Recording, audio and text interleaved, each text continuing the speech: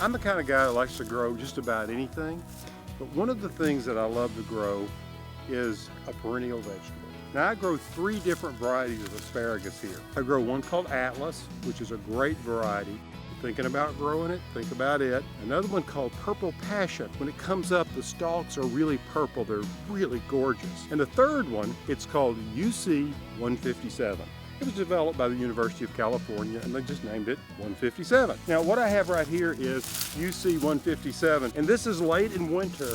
And what I want to show you is look at the size of the stalks of these guys. Now back in the spring, we harvested lots of asparagus here. The tips came up and it's the lovely tender tip that you eat. But what you want to do is you want to let this foliage grow up, and you want the foliage to persist throughout the entire growing season, because this ferny foliage through photosynthesis recharges the roots and gives you those gorgeous big juicy stalks that come up in the spring that are so delicious. This time of year, what I like to do is come back before they start shooting, and I cut them off at about an inch above the ground, the stalks, just like this. Just come along and take them all off, because I want to show you how I planted them. Let me get some of these out of the way. If you look here, I've created a mound that runs 100 feet this direction. And what I did is I planted these asparagus crowns about every 2 feet apart, and I offset them. So when I planted these, I planted 2-year-old crowns, and when you order them from a mail order source, which I did,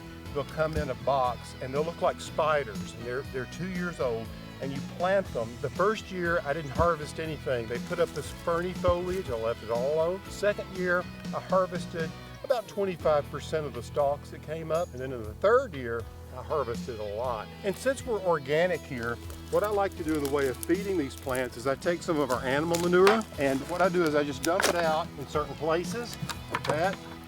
I know that doesn't look very appetizing, and I spread it around evenly around the crowns like this. And what will happen is, as the winter rains continue, this manure will dissolve, and all of those nutrients and micronutrients will settle in around the asparagus, and in a couple of months we'll start seeing those lovely little shoots come out. If you're enjoying these tips on how to grow some of your own food, make sure you subscribe to ehowhome.